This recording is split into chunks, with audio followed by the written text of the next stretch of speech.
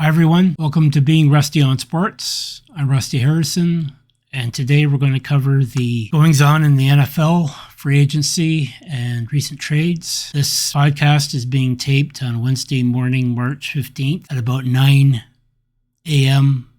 Eastern. So there's going to be a lot of things happening today. It's going to be crazy because the so-called phony war of negotiation behind the scenes, the informal tampering, is ending, and we're going to have actual announcements in real time regarding free agents and their plans. So we're going to have a full slate of happenings. So I'm going to have this and other podcasts in order to keep track of everything, and I hope you subscribe and join me for the ride. First of all, we have the recent Aaron Rodgers saga with the New York Jets, and it's ongoing because there hasn't been a formal announcement by either camp that a deal has been consummated. But as you may be aware, the Packers did give Aaron Rodgers permission to try to get a deal done with the Jets.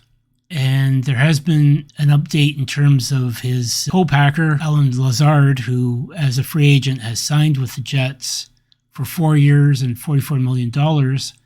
So this definitely is a move by the Jets to try to sweeten the pot, try to get Aaron Rodgers to come to the Jets. And there's also rumors about Randall Cobb being approached as well by the Jets, but we now know that Lazard has signed with the Jets. So this is a big indication that the Jets are serious, of course, and we'll see what happens with Rodgers because he's been dragging it a bit, and certainly teams have been moving in the market while Rodgers is still not formally committed to New York, and we're going to see what that situation holds in the coming days. Next, we have the Jalen Ramsey trade, which happened a few days ago, in which Ramsey left the LA Rams and joined Miami. He was traded for a third-round draft pick and tight end Hunter Long. As far as these trades go, I think that if it had happened a couple years ago, you could say that this would be a groundbreaking trade. I don't know much about Hunter Long, but I do think that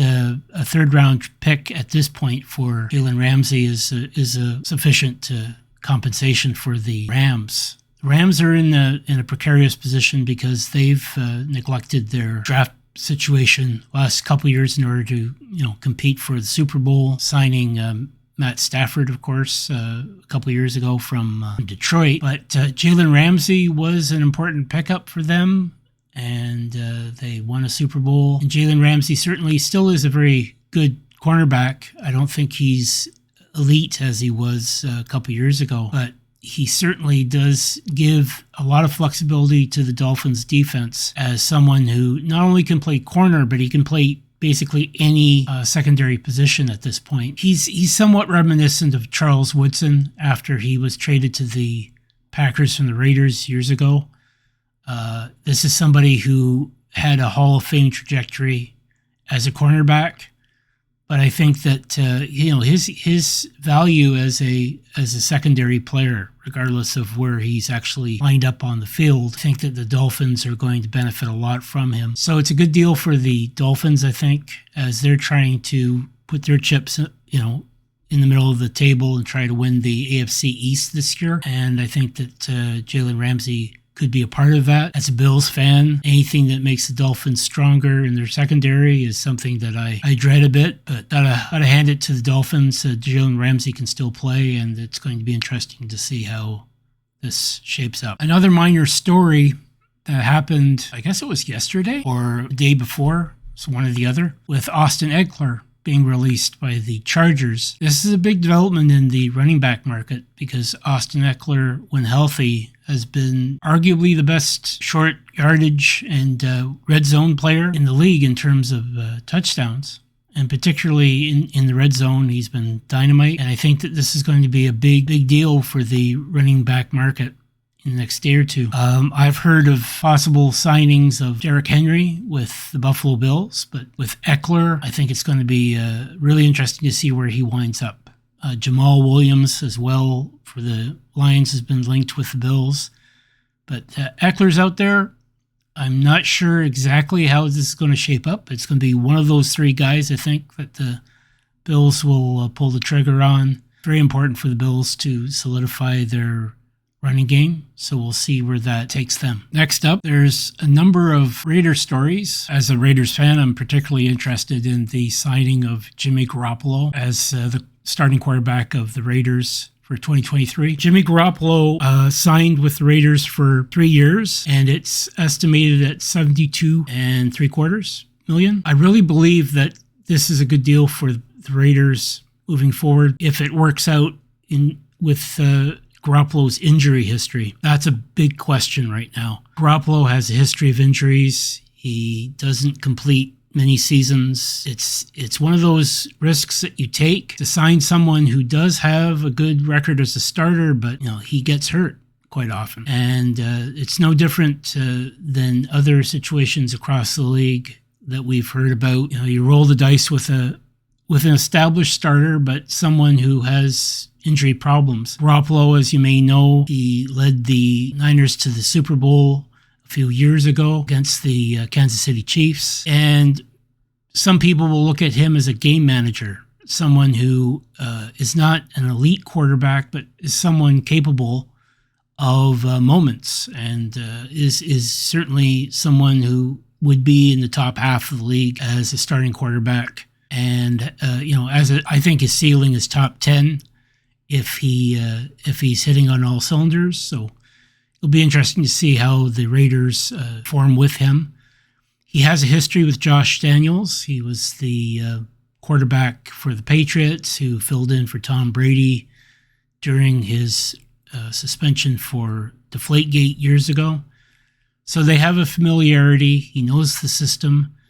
And I think he's quite capable of running that system well. It'll just be a question of whether he's able to hold up, and what the Raiders plan to do with the offensive line to shore things up for his protection. So we'll see what happens. I think it's an interesting deal. Arguably, I would say Derek Carr probably has better arm talent, and his move to the Saints, it may hurt in that respect, but certainly Garoppolo does give more of a playoff pedigree for the Raiders, and in that AFC West, which especially if Russell Wilson and Sean Payton can make a really interesting marriage on the field, between player and coach.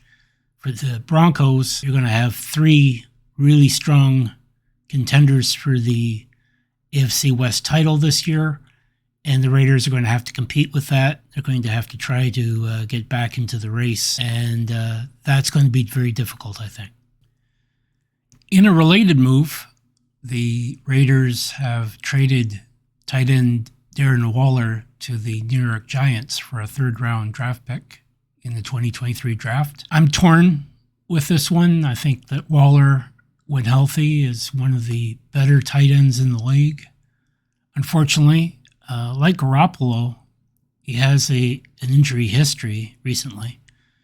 And so it's going to be difficult to see whether the Raiders are going to lose on this deal. If Waller does perform at his peak, I think it's going to be a really good deal for the Giants. But the Raiders got a third-round pick this year, and we'll see how that turns out.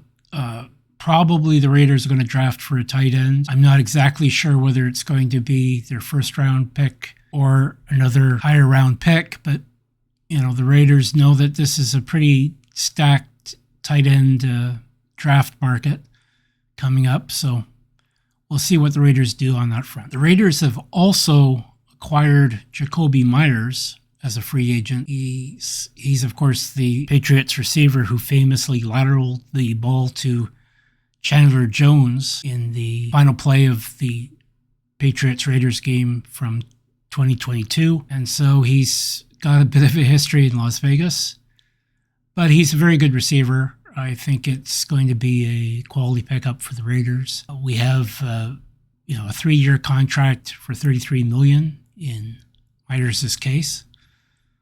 So this is another example of the Patriots trying to set up New England West, and we'll see what happens. I think Myers is, quite familiar with Josh McDaniels' system.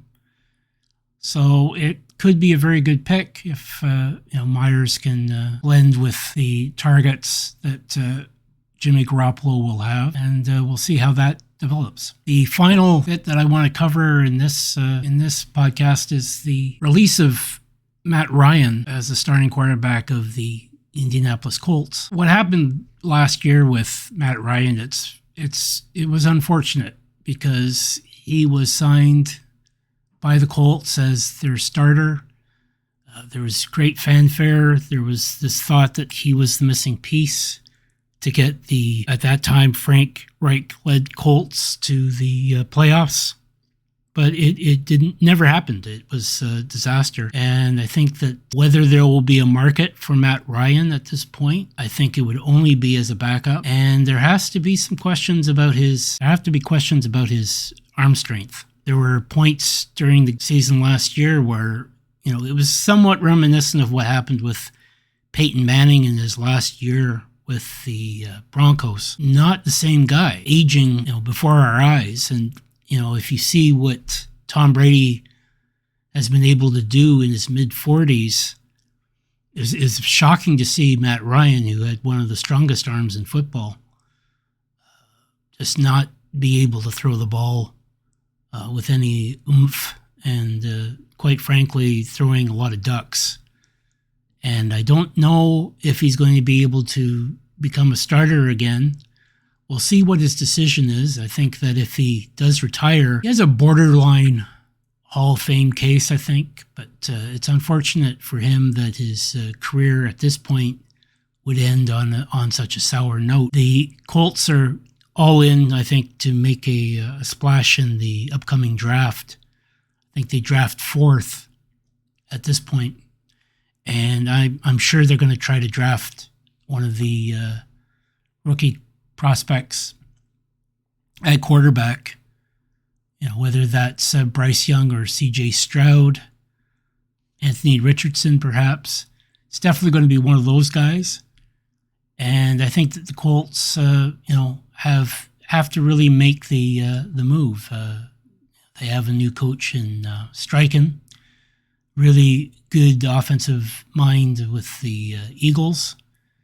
And I think that getting a young coach like that, they're really going to have to, turn the page and go in a direction that get some excitement back for the Colts fans, because ever since, Andrew Luck's retirement, they haven't had a franchise quarterback of any form that was young and developing. They've had, Matt Ryan, and before that they had Phillip Rivers.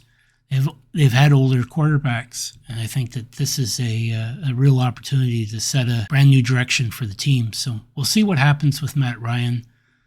I think he's had a tremendous career. I salute his efforts, and I hope that regardless of what happens in the future, that if it has opportunities outside of football, broadcasting and so on, I think it'd be tremendous for him. But his future in football, I think, is strictly as a backup, if that. And we'll see what happens with him. So until next time, I will talk to you soon, and we'll have more on free agency.